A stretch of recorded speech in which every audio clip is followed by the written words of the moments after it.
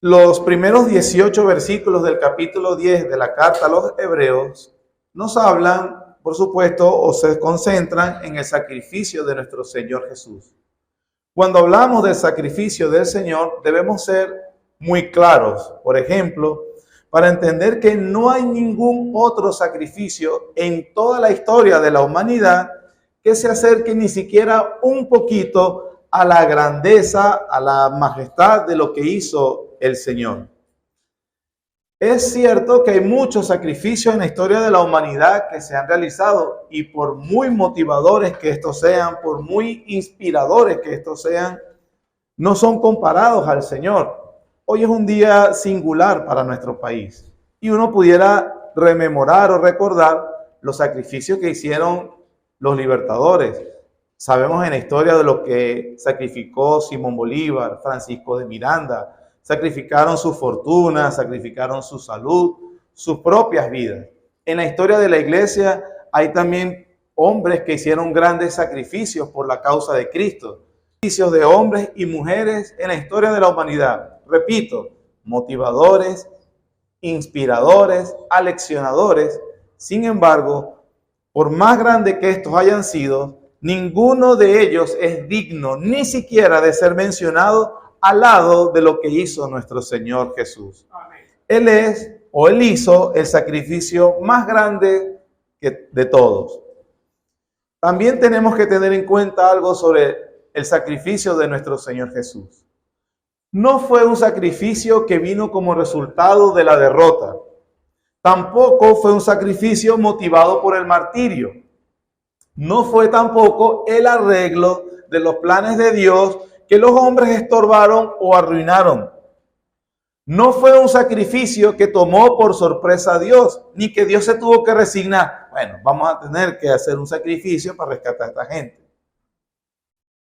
Debemos tener siempre en cuenta que no solamente el sacrificio de nuestro Señor Jesús es el mayor y más grande sacrificio de todos, sino también que el sacrificio del Señor Jesús es un sacrificio soberano y exitoso.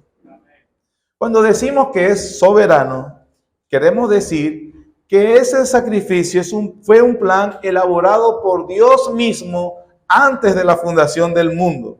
Desde antes de que cualquier cosa viniese a la existencia, Dios en el consejo eterno determinó y decretó un plan de reunir todas las cosas en su Hijo Jesucristo, que Él fuera el sacrificio para rescatar a un pueblo. La Biblia nos enseña, hermano, que cuando Dios se propone hacer algo, desde el comienzo hasta el final, nada ni nadie se interpone en el plan en el plan de Dios. Ahora, el sacrificio del Señor no solamente fue soberano, sino también fue exitoso. ¿Qué queremos decir con exitoso? Queremos decir que Dios logró lo que se propuso cuando el Señor Jesucristo fue ofrecido en sacrificio. No fue un fracaso, no fue una derrota de Dios. Todo lo contrario, fue todo un éxito. Permítanme citarles de que estoy diciendo acerca del sacrificio exitoso y soberano, no es una idea propia, como que yo inventé esas características del sacrificio del Señor. Solamente estoy repitiendo lo que nuestros antepasados bautistas hace más de 400 años ya dijeron. En el artículo 8 de Cristo el Mediador, párrafo 1, dice así, lo leo brevemente. Agradó a Dios en su propósito eterno escoger y ordenar al Señor Jesús, su Hijo unigénito, conforme al pacto hecho entre ambos, para que fuera el mediador entre Dios y el hombre, profeta, sacerdote y rey, cabeza y salvador de la iglesia, el heredero de todas las cosas y juez del mundo, a quien dio desde toda la eternidad un pueblo para que fuera su simiente y para que a su tiempo lo redimiera, llamara, justificara, santificara y glorificara. Así lo redactaron los puritanos bautistas en el siglo XVII. En resumen, esas palabras están diciendo que el sacrificio del Señor Jesús fue soberano y exitoso, planeado por Dios, aplicado en el tiempo para aquellos por los cuales fue hecho. Y hermanos, ellos serán llamados, redimidos, santificados y glorificados. Todo eso basado o teniendo como fundamento el sacrificio soberano y exitoso de nuestro Señor Jesucristo. Eso entonces es lo que consideran esos 18 versículos. Cuando leímos los versículos, si fuiste atento, seguro te diste cuenta que hay algunas ideas que se repiten. Es decir, que ya han sido mencionadas en capítulos anteriores en la carta. Y si vienes siguiendo la serie que estamos predicando durante varias semanas, probablemente también notaste, hay algunas ideas repetitivas. Uno de mis hijos me hizo ese comentario, por cierto, esta semana. Y me dijo, papá, siento que a veces las predicaciones están repitiendo la misma idea. Y yo le dije, bueno, me alegra. Significa que estás prestando atención, porque esa es precisamente la intención. ¿Por qué hace eso el autor? Bueno, en primer lugar, recordemos que es un autor hebreo, un judío, escribiéndole a judíos. Y esa es una forma de enseñar de judíos de ese tiempo. Por lo general dan una idea, luego dan una segunda idea que tiene elementos de la primera. O sea, repiten elementos de la primera. Luego añade una tercera idea que tiene elementos de la primera y de la segunda. Al final haciendo una síntesis de toda la verdad. Eso lo hace de forma cíclica. Es muy común en los hebreos de este tiempo ese tipo de enseñanza. Por ejemplo, la carta de Juan, la primera carta. Usted nota que en sus pequeños 5 capítulos, él repite, en vez de avanzar en un discurso que es lo más a lo que estamos acostumbrados, él repite la idea del amor, la idea de luz, la idea de muerte. Varias veces lo repite cíclicamente.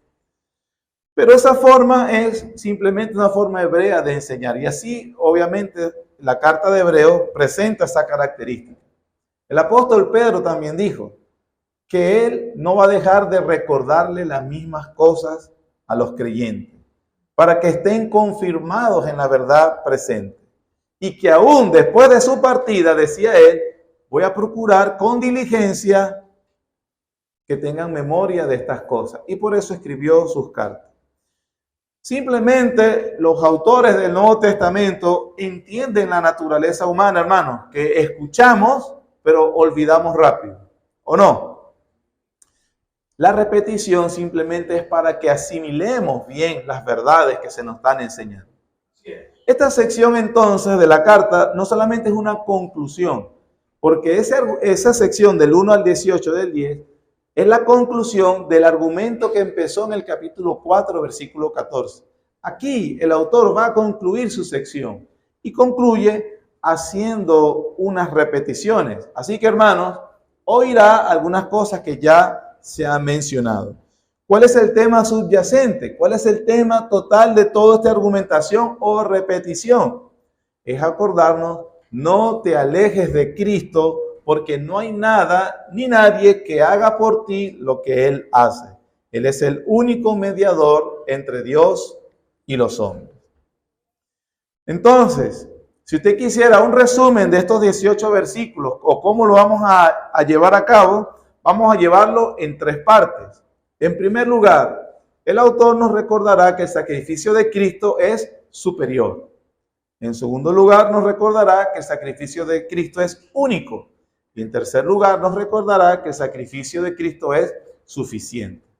Superior, único y suficiente. Son los 3 puntos del sermón o de esta sección. ¿Sí? ¿Sí? Amén. Pero que necesito la interacción. Entonces, vamos al primer punto. El sacrificio de Cristo es superior. En este punto, él lo va a hablar, lo va a mencionar en los primeros 10 versículos. Versículos 1 al 10. Consideremos empezando la primera parte, el 1 al 4. ¿Qué nos dice el autor? Bueno, dice, porque la ley, teniendo la sombra de los bienes venideros, no la imagen misma de las cosas, nunca puede por los mismos sacrificios que se ofrecen continuamente cada año, hacer perfectos a los que se acercan. De otra manera, cesarían de ofrecerse, pues los que tributan este culto limpios una vez no tendrían ya más conciencia de pecado. Pero en estos sacrificios cada año se hace memoria de los pecados, porque la sangre de los toros y de los machos cabríos no pueden quitar los pecados. Aquí comienza el autor entonces a explicarnos cómo el sacrificio de Cristo es superior al sacrificio a los sacrificios del Antiguo Testamento. Nos brinda de nuevo un contraste, algo que ha estado haciendo en toda la carta. Nos habla acerca de que Jesús es mejor, y para notar que Él es mejor necesita contrastarlo, compararlo a lo que es inferior. El contraste lo hace con varias cosas del Antiguo Testamento. Ya la idea debe ser bastante asimilada, ya debe estar asimilada en nuestras mentes. Porque ellos eran judíos, su audiencia, judíos cristianos que estaban siendo presionados a volver a su antigua religión para aliviar la carga social o el peso de la tribulación que estaban sufriendo. Es muy parecido a una situación o muy similar a lo que nosotros hoy pudiéramos estar atravesando. No en el sentido de volver a una religión antigua que familiar, pero más bien siendo tentados a volvernos a lo que es más aceptable para los que nos rodean, ya sea compañeros de trabajo, sociedad en general, la propia familia o los amigos. Es tentador volverse a lo que es más aceptable a lo que está alrededor de nosotros que a los reclamos exclusivos del Señor Jesucristo. Porque son reclamos exclusivos. Ninguno puede servir a dos señores, dice él. O me sirves a mí o sirves a otro. Bueno, el autor quiere que sepamos que no importa cuánta carga estemos llevando, él presenta a Cristo nuevamente en los términos más gloriosos, más majestuosos, para que nosotros mismos podamos ver que no hay nada mejor en la vida que el Señor Jesucristo.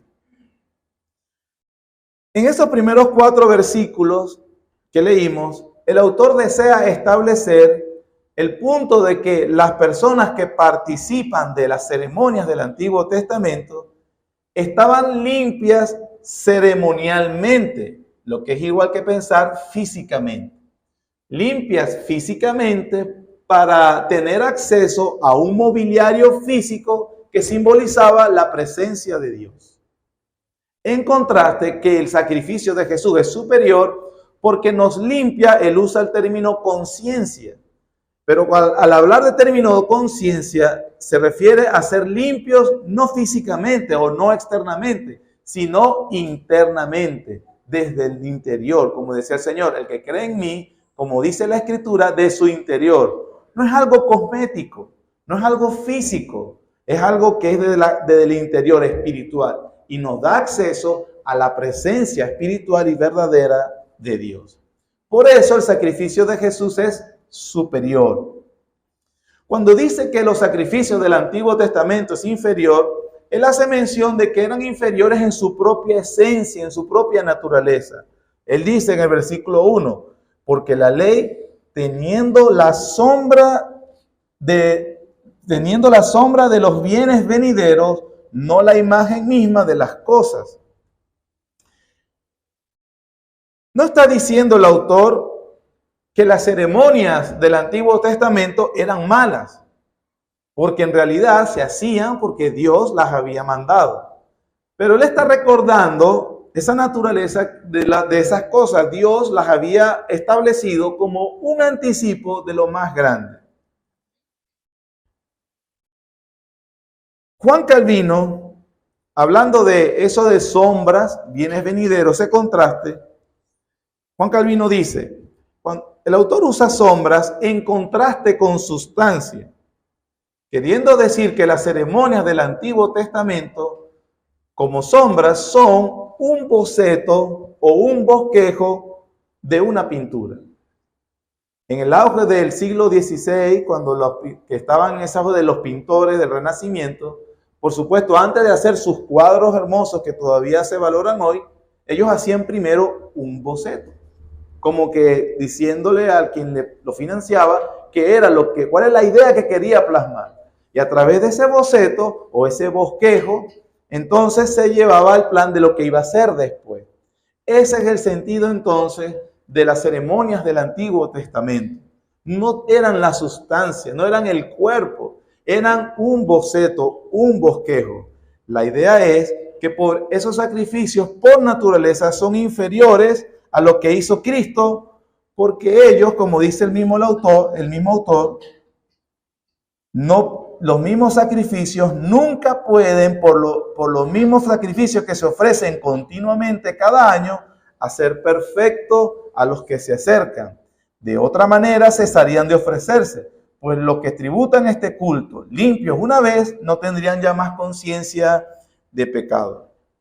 Naturalmente, la repetición lo que hacía era que esos sacrificios recordaban nuestros pecados. No eran una eliminación de los pecados. Porque una vez realizado el sacrificio, si eliminaba el pecado, ya no había más que hacer. Ya está eliminado. Pero había que hacerlo año tras año. El de la expiación, por lo menos anual. Habían otros que eran semanales. Y habían otros que eran diarios. Por lo tanto, esa estructura ceremonial tenía por naturaleza el diseño de recordar los pecados, no de eliminarlos. Entonces los que hacían era dar la impresión o el mensaje de que los hombres necesitan un Salvador. Eso fue entonces el plan de Dios desde el principio. Por eso también desde el Antiguo Testamento se anunciaba un nuevo y mejor pacto. Ahora, esa necesidad nos lleva al corazón del primer punto, lo que dice el autor desde el versículo 5 al 10. Dice: por lo cual, entrando en el mundo, dice, sacrificio y ofrenda no quisiste, mas me preparaste cuerpo. Holocausto y expiaciones por el pecado no te agradaron. Entonces dije, he aquí que vengo, Dios, para hacer tu voluntad, como en el rollo del libro está escrito de mí. Leamos hasta allí. Esos versículos nos dicen entonces, en este primer punto, 3 razones por las cuales el sacrificio de Cristo es superior. Número 1, el sacrificio de Cristo es superior primero porque es un sacrificio preexistente. Cuando dice, por lo cual, en el versículo 5, entrando en el mundo dice, entrando en el mundo, esa frase es una frase que es verdaderamente asombrosa, hace referencia a la entrada de Cristo al mundo. Nosotros hablamos de la entrada de Cristo al mundo porque la Biblia lo enseña, de su nacimiento, su encarnación, su niñez, su ministerio en la tierra, su sacrificio y su resurrección. Pero la Biblia también enseña que el Hijo, antes de su encarnación, ya era. Eso ya lo ha dicho el mismo autor, el capítulo 1, versículos 10 al 12, hablando del Hijo, él dice, y tú, oh Señor, en el principio fundaste la tierra, y los cielos son obras de tus manos. Ellos perecerán, mas tú permaneces, y todos ellos se envejecerán como una vestidura, y como un vestido los envolverás y serán mudados. Pero tú eres el mismo, y tus años no acabarán. El autor ya ha hecho referencia y le ha dado un atributo al Hijo de que Él es eterno. Lo está igualando al Padre, a la divinidad. Y eso también lo dice el Nuevo Testamento en Juan, capítulo 1, versículo 1 al 3, dice, en el principio, hablando del Hijo, era el Verbo, y el Verbo era con Dios, y el Verbo era Dios. Este era en el principio con Dios. Todas las cosas por Él fueron hechas, y sin Él nada de lo que ha sido hecho fue hecho. Entonces, en primer lugar, de estos versículos del 5 al 10 nos dice que el sacrificio de Jesús es superior y es más grande que de los del Antiguo Testamento porque es el sacrificio del Dios encarnado, que no fue que trajo algo en la mano para sacrificar, ni ofreció algo externo a Él. Él se ofreció a sí mismo. Él es un sacrificio preexistente y por eso es superior a los del Antiguo Testamento. En segundo lugar, él dice que el sacrificio de Jesús es superior porque es un sacrificio que cumple el plan de Dios para eliminar verdaderamente el pecado. En los versículos 5 al 7 del capítulo 10, el escritor cita el Salmo 46 al 8. En las palabras del Salmo, David, inspirado por el Espíritu Santo, nos revela lo que había en la mente del Hijo de Dios cuando dejó la gloria, cuando vino al mundo para encarnarse. Se nos enseña lo que estaba pasando o lo que se conversaba en el consejo eterno y cómo el Hijo sabía que el pecado del hombre no puede ser eliminado por el sacrificio de los animales. El Hijo Eterno entonces asumió naturaleza humana, un misterio. La misma Biblia lo reconoce. Pablo dijo, e indiscutiblemente grande es el misterio de la piedad. 2 puntos. Dios fue manifestado en carne, justificado en el Espíritu, visto de los ángeles, predicado a los gentiles, creído en el mundo, recibido arriba en gloria. Debemos recordar, hermanos, que cuando el Hijo asume sobre sí naturaleza humana, Él no dejó de ser Dios. Tampoco se volvió 50% hombre, 50% Dios. Porque entonces si fuera así, no fuera ni Dios y tampoco fuera hombre. Vino y asumió naturaleza humana porque así podía ser el representante legítimo de su pueblo ante Dios Todopoderoso para obedecer la ley de Dios, la ley que su pueblo quebrantó, y entonces de esa manera poder ser un sacrificio y un sacerdote perfecto. Por eso es un sacrificio superior. En toda la Biblia el mensaje es: no piense de ti mismo, no salga de aquí usted pensando ni diciendo, yo soy buena persona. No lo eres. La Biblia enseña que eres un pecador, deudor a la ley divina, pero que puedes refugiarte en Cristo porque su sacrificio es perfecto y puede quitar tus pecados. En tercer lugar, de los versículos 5 al 10 nos enseña que también el sacrificio de Jesús es superior porque es un sacrificio exitoso. Logró lo que se propuso hacer Dios. Eso lo enseña el versículo 10. En esa voluntad, recuerden que el 5 dice, aquí vengo Dios para hacer tu voluntad. Bueno, el versículo 10 retoma. En esa voluntad somos santificados mediante la ofrenda del cuerpo ¿de quién? De Jesucristo, hecha una vez para siempre. A través del sacrificio del Señor Jesús, perfecto, realmente tenemos perdón, tenemos limpieza ante Dios para siempre. Eso no lo podía hacer ningún animal en el mundo. Amén, hermano. Aquí entonces tenemos en los primeros 10 versículos que el autor nos recuerda, y seguro los ha estado atrayendo a la memoria, algo que ha estado diciendo en toda la carta, que el sacrificio de Cristo es superior. Segundo punto, el sacrificio de Cristo es único. Cuando hablamos de único, nos referimos a singular, es decir, que no se repite. Nuevamente, la idea ya ha estado siendo mencionada antes y en estos mismos pasajes. Versículos 11 al 14. Y ciertamente todo sacerdote está día tras día ministrando y ofreciendo muchas veces los mismos sacrificios, que nunca pueden quitar los pecados. Pero Cristo, habiendo ofrecido una vez para siempre un solo sacrificio por los pecados, se ha sentado a la diestra de Dios. De ahí en adelante esperando hasta que sus enemigos sean puestos por estrado de sus pies, porque con una sola ofrenda hizo perfectos para siempre a los santificados. Ahora, el contraste con los sacrificios del Antiguo Testamento se basa en que los del Antiguo Testamento era una continua repetición. Y el contraste aquí es que ahora el sacrificio del Hijo es superior porque el Hijo se sentó a la diestra de Dios. La mención a que los sacerdotes no se sentaban en el lugar santísimo es simplemente comunicando a Dios la idea de que su trabajo no había sido terminado. Por eso, había que repetirse.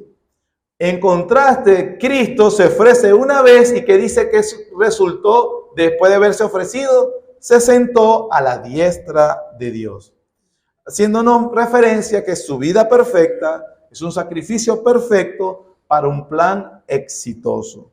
Lo mismo lo dice en el Evangelio según Juan, capítulo 17, en la oración sacerdotal del Señor Jesús, la noche que iba a ir, la noche anterior antes de la crucifixión. El Señor Jesús dijo así, versículo 4 al 5. Yo te he glorificado en la tierra. He acabado la obra que me diste que hiciese. Ahora pues, Padre, glorifícame tú al lado tuyo con aquella gloria que tuve contigo antes que el mundo fuese. Esto nos comunica nos revela ese plan del Hijo diciéndole al Padre, yo hice, yo acabé, yo llevé a cabo, yo cumplí con la parte del plan. Ahora te toca a ti glorificarme. Dice la Biblia, dice el autor de Hebreos, que después de la muerte y la resurrección del Señor, Cristo fue ascendido y sentado a la diestra de la majestad de Dios. Tres verdades debemos entender cuando en el Nuevo Testamento se menciona el sentarse de Cristo a la diestra de Dios. Tres verdades debemos tener en cuenta. La primera, hermanos, el honor del Señor Jesucristo. Nada ni nadie puede acercarse al Padre. Su gloria es tan intensa que nada soporta esa gloria, ni esa santidad. La idea, por lo menos, se nos da una idea en Apocalipsis 4. Cuando a Juan se le abre en una visión, ¿verdad? Se le corre el velo y puede ver la adoración celestial. Donde todo el capítulo 4 está diseñado para que el lector se fije en lo que está en el centro del universo, que es el trono de Dios. Pero Juan no tiene palabras humanas para describir la gloria de quien está sentado en el trono. Entonces, como para dar la idea, se pone a describir la gloria de lo que está alrededor. Describe el trono, describe el río, describe todo que es cristalino, piedras preciosas, refulgentes.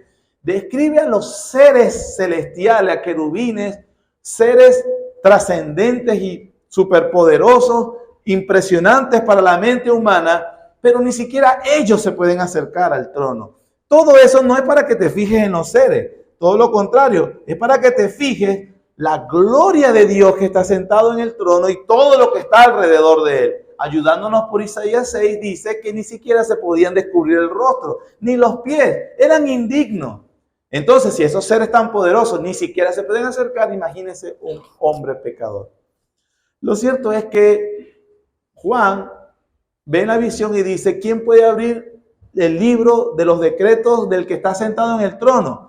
Y dice que no había nadie en el cielo ni en la tierra digno de acercarse. Juan llora porque está triste. Entonces, ¿quién va a llevar a cabo los planes de Dios? Y un ángel le dice, espera, no llores. He aquí el león de la tribu de Judá. Y Juan se voltea y ve un cordero como inmolado. Y está al lado del trono de Dios. Nada ni nadie se puede acercar, excepto el Hijo. Entonces nos habla de que ese sentar del Hijo nos habla de su honor. Cristo tiene una gloria única. Él está sentado a la diestra y Él comparte la gloria del Padre y del Espíritu Santo, porque Él es el segundo miembro de la Santísima Trinidad. Entonces, cuando nos dice aquí, se sentó a la diestra de la majestad, nos recuerda el honor de Cristo. En segundo lugar, de estar sentado en el trono, comunica la idea de que Jesucristo es el soberano y el Señor de la tierra. Es el Rey del universo. Él está esperando que todos sus enemigos sean puestos por estrados de sus pies. El último enemigo a vencer, que es la muerte, la cual está prometida en su segunda venida. Nos comunica que Él, el Señor Jesús, gobierna y ejerce su autoridad en este mundo. Que nada de lo que pasa en este mundo escapa de su control y poder. Todo lo que sucede no sucede sin el permiso de Cristo. Él controla todas las circunstancias de tu vida. Hermano, Él controla todo lo que está pasando hoy en Venezuela. Todo lo que pasará mañana. Y todo lo que pasará en los siguientes años. Es verdad, nosotros no podemos estar ansiosos, que si voy a votar, que si me debí para temprano, que si no, que si se acabe el culto, hermanos. Cristo está sentado en el trono y gobierna, independientemente de los resultados, independientemente de todo lo que suceda, lo que pasa en las redes, que lo otro. Cristo gobierna y entregará el reino a Dios y Padre, dice la Biblia. También, hermanos, el estar sentado a la diestra de Dios no solamente nos comunica el honor, no solamente nos comunica su gobierno soberano. En tercer lugar, la Biblia dice que está haciendo el Padre, Cristo allí. Y dice que está intercediendo por su pueblo. Hebreos 7:25 ya lo dijo y mencionó, por lo cual puede también salvar perpetuamente a los que por él se acercan a Dios, viviendo siempre para interceder por ellos. ¿Qué está haciendo Cristo a la diestra de Dios, hermano? Él ora por tu protección. Él ora para que tu fe no falte. Él ora para tu pureza. Él ora para llevarte a la gloria. Debemos recordar que en Hebreos 12 nos dice que la iglesia o el pueblo de Dios, los verdaderos cristianos, tienen un ancla que entró al mismo trono de Dios y que desde allí Cristo está llevando a su pueblo o lo está trayendo a su gloria. Dice, no se turbe vuestro corazón ni tenga miedo. Creéis en Dios, creed también en mí. En la casa de mi Padre muchas moradas hay. Si así no fuera, yo os lo hubiera dicho. Voy pues a preparar lugar para vosotros. Y si me fuere, volveré otra vez, para que donde yo esté, vosotros también estéis. La garantía y seguridad que tenemos en Cristo Jesús. Y esa, hermanos, es la razón por la que creemos que los verdaderos creyentes no pueden perder su salvación, porque Cristo intercede por ellos al Padre. Y el Padre no le niega ninguna petición a su Hijo glorificado. Hemos visto entonces en los primeros 14 versículos que el sacrificio de Cristo es superior a los del Antiguo Testamento. En segundo lugar, vimos que el sacrificio de Cristo es único, logró lo que quería lograr. Él está sentado a la diestra de Dios. En tercer y último lugar, el sacrificio de Cristo es suficiente. Versículos 15 al 18. Y nos atestigua lo mismo el Espíritu Santo, porque después de haber dicho, este es el pacto que haré con ellos, después de aquellos días, dice el Señor, pondré mis leyes en sus corazones y en sus mentes las escribiré. Añade, nunca más me acordaré de sus pecados y transgresiones, pues donde hay remisión de esto, no hay más ofrenda por el pecado.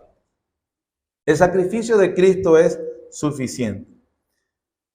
Antes de eso, note otra cosa que hace el autor, que por cierto lo hace por tercera vez en toda la carta. Va a citar el Antiguo Testamento, en este caso Jeremías 31, y dice, como dice el Espíritu Santo. Él dice, el Espíritu Santo como persona habla, comunica. ¿Y usted quiere oír la voz del Espíritu Santo? ¿Quiere oírla? Debe leer la Biblia en voz alta. Las palabras del Espíritu Santo reveladas al hombre son las palabras escritas en las Santas Escrituras. Toda la Escritura es inspirada por Dios. Repito una frase que ya hemos dicho, que es citada de otra persona, no inventada por nosotros. No diga, Dios me dijo, a menos que tenga capítulos y versículos. No diga, Dios quiere, a menos que tenga capítulos y versículos. Esas son las palabras de Dios. Así hablan los autores del Nuevo Testamento. El Espíritu Santo dice y hablan las Escrituras. Cualquier otra persona que diga algo que no está aquí, que diga que dice Dios, no puede ser tomado en serio. Pero de lo que dice el Espíritu Santo, citando Jeremías 31, que cita el autor de Hebreos en estos versículos, él nos habla y nos dice que hay una declaración de Dios. Hay una declaración de Dios para aquellos que están en el nuevo pacto. ¿Y qué dice? Versículo 16. Pondré mis leyes en sus corazones y en sus mentes las escribiré. Y añade, nunca más me acordaré de sus pecados y transgresiones. Hermanos, en primer lugar, lo negativo. ¿Tienes pecado? Por supuesto. ¿Tienes conciencia de pecado? Juan dijo, si decimos que no tenemos pecado, mentimos. Pero ese no es el problema. El problema es que la solución del problema es Cristo ha perdonado, o por la sangre de Cristo es perdonado todos nuestros pecados. Limpios de verdad. No físicamente, no externamente, no cosméticamente, no ceremonialmente, sino internamente, verdaderamente limpios. De su interior realmente corren ríos de agua viva. Cristo nos ha perdonado y tenemos acceso a la presencia de Dios por medio de nuestro Señor Jesús. Es tan hermoso cuando el apóstol Pablo recuerda a los corintios lo que eran, pero también recuerdan lo que son. Probablemente nosotros podamos o alguien recordarnos lo que éramos. Tal vez no lo podría negar, pero aprovechamos y le recordamos lo que somos en Cristo Jesús. ¿Qué éramos? 1 Corintios 6, 9 al 11, Pablo dijo, ¿no sabéis que los injustos no heredarán el reino de Dios? No erréis, ni los fornicarios, ni los idólatras, ni los adúlteros, ni los afeminados, ni los que se echan con varones, ni los ladrones, ni los avaros, ni los borrachos, ni los maldicientes, ni los estafadores. Ninguno de ellos, ¿qué, hermanos? No heredará el reino de Dios. Versículo 11. Y esto erais algunos, mas ya habéis sido lavados, ya habéis sido santificados, ya habéis sido justificados en el nombre del Señor Jesús y por el Espíritu de nuestro Dios. El sacrificio de Cristo inaugura el nuevo pacto, y el nuevo pacto, nunca más me acordaré de sus pecados y transgresiones. Gloria a Dios, hermano. Alguien pudiera decir, bueno, o pudiéramos admitir, hermano, realmente he participado no en uno, en varios de esos pecados mencionados.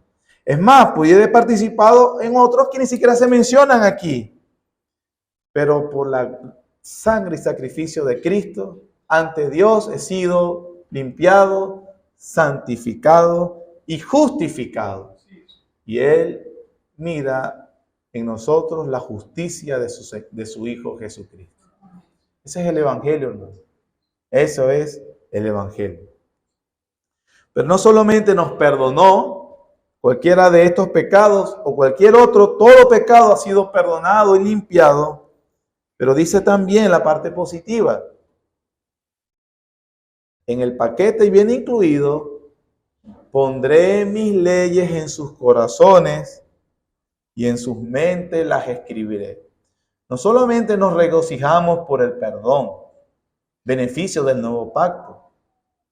También dice aquí, hermanos, que el Espíritu Santo obra un nuevo nacimiento, una nueva naturaleza, y que el sello de eso es, la señal de eso, es que ahora amamos de corazón, estamos inclinados a amar la ley de Dios. Es cierto que no obedecemos perfectamente todo, pero existe ahora un dolor genuino, un lamento sincero cuando quebrantamos la ley divina.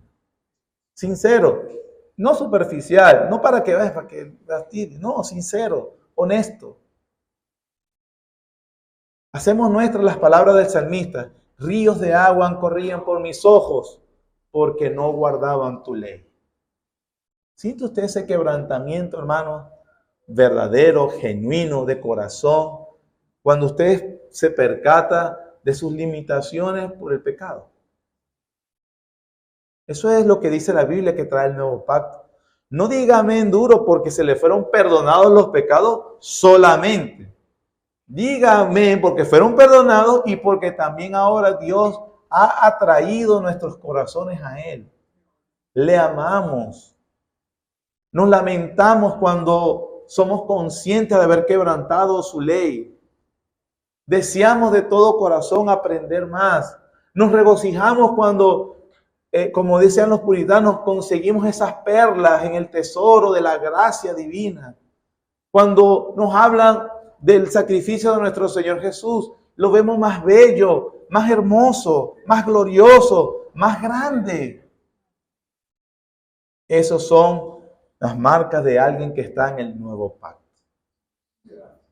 Y que dice también, pues donde hay remisión de esto, versículo 18, así concluye el autor, de esto, de los pecados, no hay más ofrenda por el pecado. Remisión es una palabra griega que significa literalmente dar libertad o desatar, es decir, ya se ha desatado la culpa por el pecado. También se traduce como redención o perdón, pero la idea es liberar a alguien, liberar de la culpa. Y ya no hay más sacrificio, el sacrificio de Cristo es suficiente porque en ese sacrificio hemos sido perdonados de todos nuestros pecados. En conclusión, hermanos, el autor ha concluido, y nosotros también, esta sección de 6 capítulos, desde el 4:14 al 10:18. Y su punto principal, hermanos, ha sido: Cristo es mejor que todo lo que te imagines, porque nada ni nadie puede hacer lo que Cristo hizo por ti. ¿Qué religión te ofrece esto? ¿Qué hombre o mujer, estado, trabajo, lo que tú quieras, ofrece lo que te ofrece Cristo? Absolutamente nadie. ¿A quién tengo yo en los cielos sino a ti? Fuera de ti no deseo nada en la tierra. Nada. ¿Está usted así, hermano?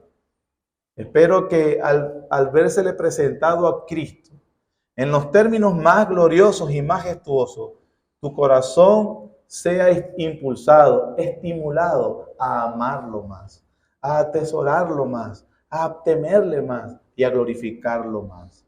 Amén.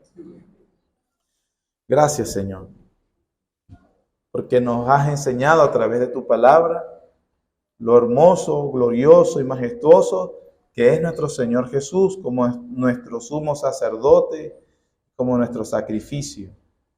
Gracias por el nuevo pacto, Señor. Gracias por las garantías que tenemos. Gracias porque Él es mejor. Y en Él tenemos tu amor, Señor. Gracias por este plan maravilloso. Que nuestro corazón, Señor, sea estimulado a amarlo, a apreciarlo y a serle fiel, Señor. Y que querramos que su gloria se manifieste en toda la tierra, que su reino se expanda, que todo nuestro ser sea útil en tus manos, Señor, para proclamar las virtudes del que nos llamó. Que los hombres en este país, Señor, hoy un día singular, porque se deciden cosas importantes. Tú lo has establecido así. Pero la verdad, Señor, es que el Evangelio es la solución a la necesidad más profunda que tiene nuestro país. Ayuda a esta iglesia y a tus iglesias a expandir tu gloria en la faz de Jesucristo con la predicación del verdadero Evangelio. En el nombre de Jesús. Amén.